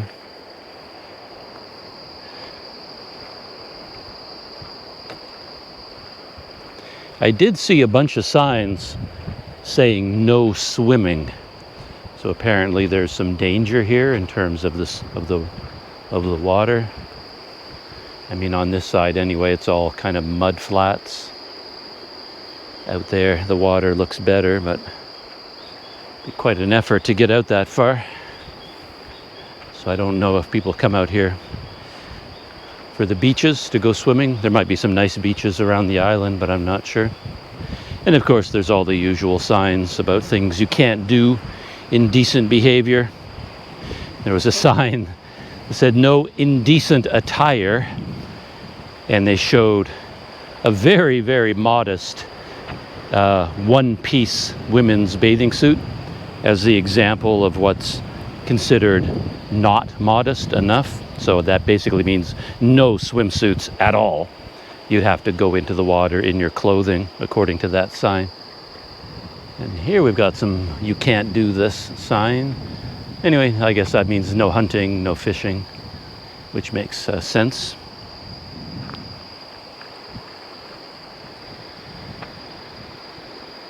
Yeah, I'm in no mood to climb. So if there's any trails going up into those hills, I'm not heading in that direction at all. I've already had my exercise for the day. And when I get back to the mainland, I'm gonna have to do some more cycling, so not in the mood for doing a lot of climbing. I'll figure out how far I want to go on foot. And they do rent motorcycles here, so that would kind of be, I think that would be the way to go around this island if you want to go all the way around it. Rent a motorcycle for the day. I don't know if it's necessary though. Like I said, I don't really know anything about this island yet, how big it is, what the attractions might be, what you might want to do while you're here. All I know is there was a boat heading in this direction and I hopped on it, and that's it. But this is the place that I spotted that seems to be open for business. The Chalet Sri Puteri on Pulau Besar. There's some phone numbers. I think that's how most things happen around here. People they get a phone number, then they call and make arrangements, and then they go from there. Personal touch. So yeah, there they are. Hello, Canada. I didn't take any video, but I had a meal here, just mee goreng, fried noodles, basically. Yeah, they have quite an active restaurant here, kind of a casual sort of place. It's not super organized or formal. Nobody comes to your table with a menu. You choose, you just sort of sit down and just sort of try to figure out how things work. It's very casual. Everybody knows everybody else, family, friends. And they have a bunny cage. Hey there, bunnies. Whole bunch of bunnies. They have 23 units in total, spread out over this, pretty large area. Some are aircon, some fan only.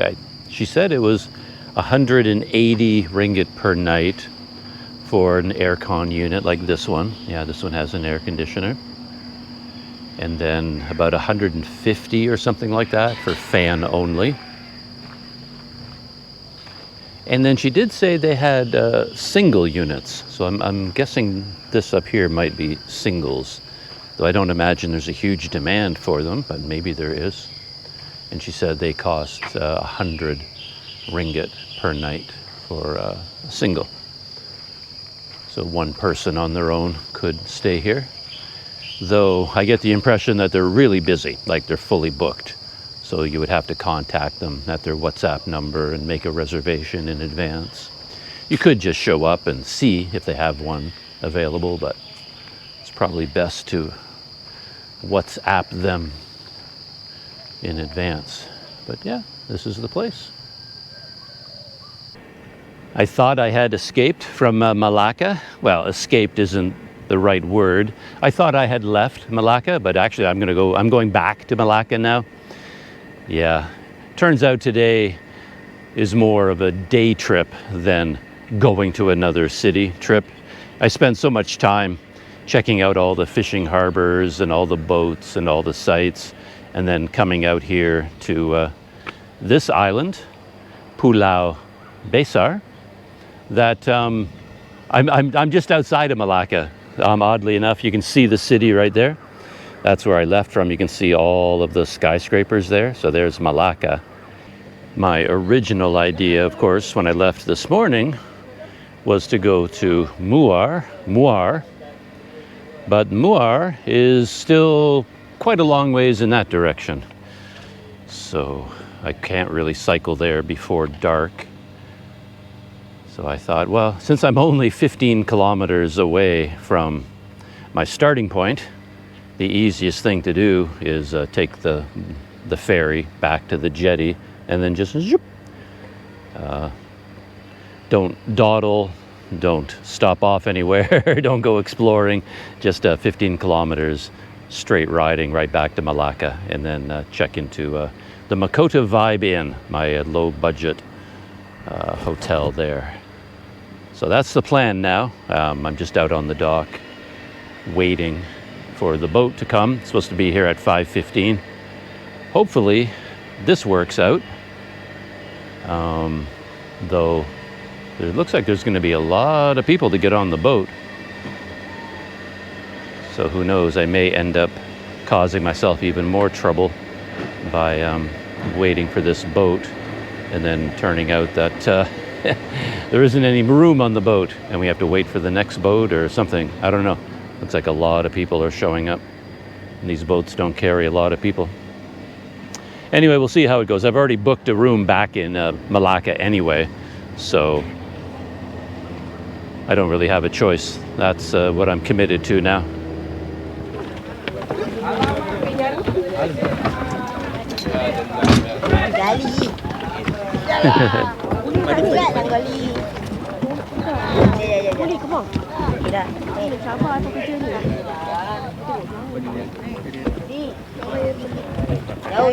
Oh, sorry.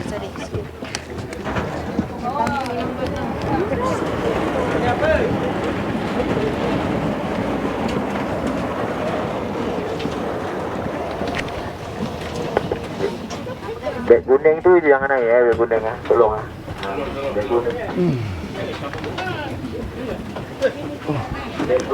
you mind? It's okay.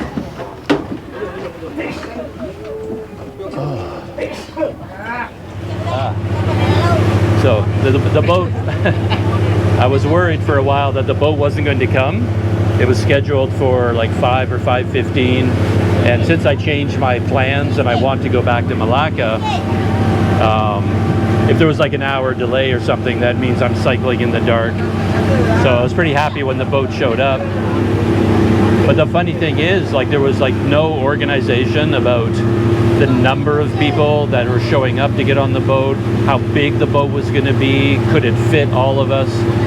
So when we were waiting on the dock, there was this tension in the air. We're all wondering, is there going to be enough room for all of us?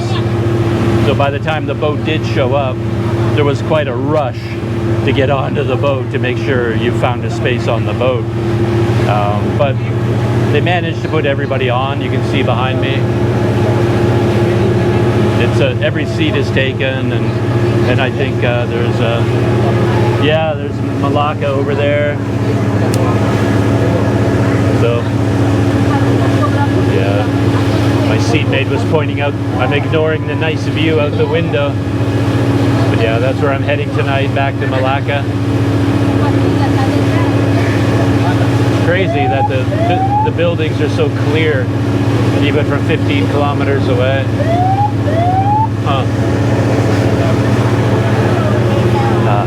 But we all managed to get on. It's a much bigger boat than the one we came out on. So anyway, once I hit the shore, then I'll be hopping onto my bike and going right back to where I came from.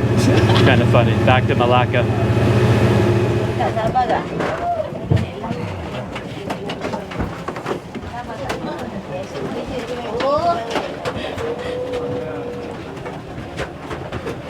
That was pretty chaotic. Yeah. I wasn't expecting that. It was My like heart was like, oh, and my throat.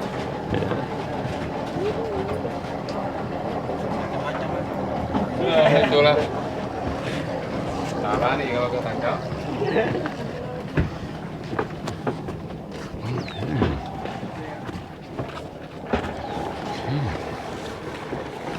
So that's the boat that picked us up to bring us back. Yeah, much bigger than the one. I like the one that brought us out there better because it was all open windows on the sides and I could stick my camera out the window. This one you're stuck inside, and I didn't have a window seat, so I couldn't really film outside the window. But here we are, back at the dock. Yeah, I don't know if I finished my story because, yeah, my seatmate wanted to talk, and I don't know what it is. Like all of today, basically, I couldn't understand anybody. I mean, I had all these conversations with all kinds of, fishermen and other people that I met, people out on the island. When I had lunch out there, I didn't film my lunch, but the woman who ran the chalets there, she was the caretaker, the manager. She invited me over to her table so we could have a conversation, and I couldn't really understand a word she was saying. There's something about the rhythm of English, the mix of all the different accents, the way people speak. I just have a heck of a time understanding people. So anyway, yeah, my seatmate, I couldn't really understand, so I was like trying to focus, and so I don't know if I finished my story, but yeah, when we were out on the island waiting for the boat, there's like no information, there's no signage, there's nothing. So all of us were standing on the dock asking each other, like, we're supposed to be here, right? Is this where we get the boat? And it's coming at 5:15, right? Or does anybody know? None of us had any accurate information. We're all talking to each other. And then, I think we all started to get worried that there was not going to be enough room for all of us because more and more people kept showing up. And then when the boat got there, people just ran for the boat. I thought I was sort of at the front of the line, but everybody, it was like a rugby scrum pushing past me. People were jumping onto the boat before it came to a full stop. I was really surprised. I wasn't expecting that kind of chaos. But yeah, and when we were coming back, occasionally the boat tilted when the guy was driving pretty fast, and then again all the women inside screamed and they all ducked their heads down. I don't think people here have a lot of experience with boats. Yeah, I didn't see a single life preserver, which kind of surprised me too. Maybe they're hidden in there somewhere, but there were no signs indicating where. Like I'm used to Asian countries having a lot of life jackets, and yeah.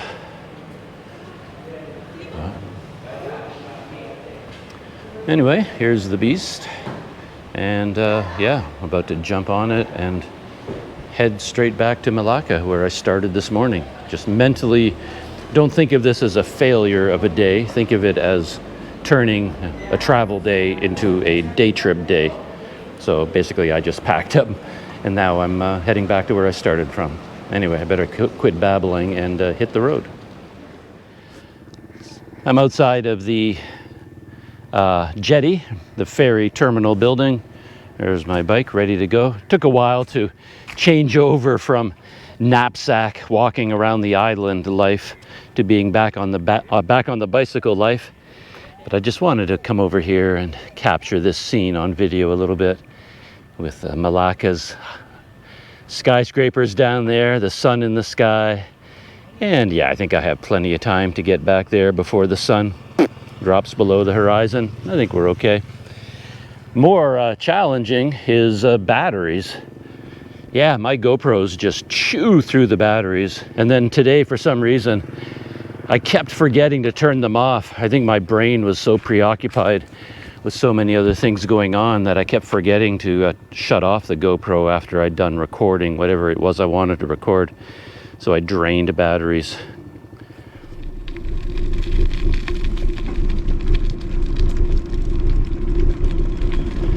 And here we go, heading back to Melaka. Should have a whole different feeling to it, because on my way out here, as you saw in the video, if you made it this far, I tried to stick to the coastline as much as possible. So I didn't go down the main road, number 5. I just kept trying to go down to the coastline on the smaller roads. And that's why it took me so long. Never made it to Muar. But now I'm going to zigzag a little bit of road here, get up on number 5, turn left, and then stay on 5 all the way back to Melaka. And if I stay above like 15 kilometers an hour, should be back in an hour. But I don't want to jinx myself, so I should better stop predicting.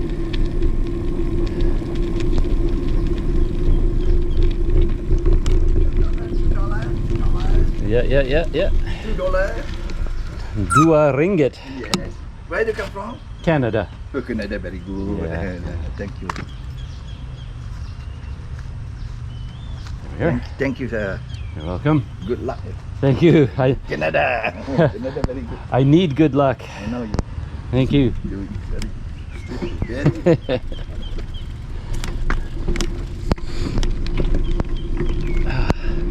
So that answers one of my questions when I showed up here earlier in the day. Yeah, there was nobody here, but I saw a sign saying, 2 ringgit entrance fee for parking, basically. But nobody was there. I wasn't sure whether that 2 ringgit fee was real or not. But yeah, there's somebody there now. $2, he was saying. Yeah, just saying I don't want to jinx myself. I don't want to deal with a mechanical breakdown or flat tire or anything like that on my way back to Melaka. Yeah. Good day though. Really enjoyed that. Really enjoyed going alongside the coastline, stopping off here and there to check some things out, and then capping it with that trip out to the island. Yeah, that island is a kind of a place where you probably want to go there in the morning with a full-on plan. It's kind of a family day. So you go out there, do some hiking, rent a canoe, paddle around, kids play in the water here, there. You know, you kind of have to know what you're doing and make a whole day out of it. What I ended up doing, to be honest, what I enjoyed the most were the 2 boat rides. It was just a lot of fun to sit on a boat and go out to the island, and then that crazy boat ride back. It was a blood sport, seeing who managed to get on the boat.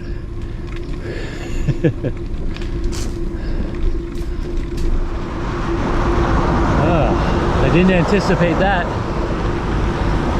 I'm going to be cycling directly into the setting sun the whole time. Probably have to get out the sunglasses again.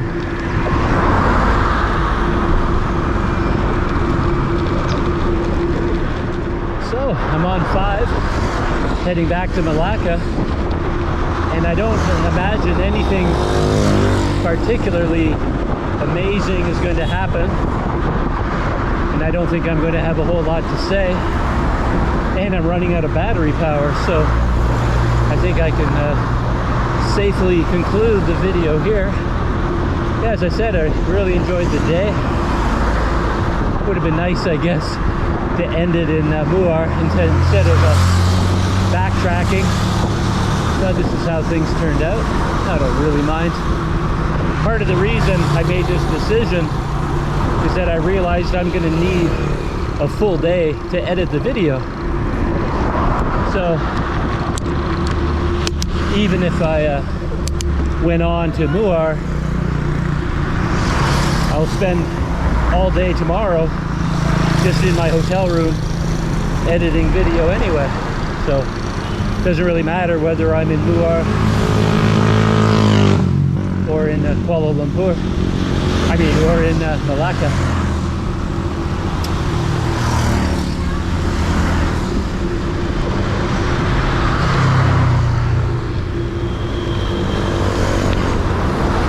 And with that, I have some shout outs to sprinkle around out there in the on Planet Doug.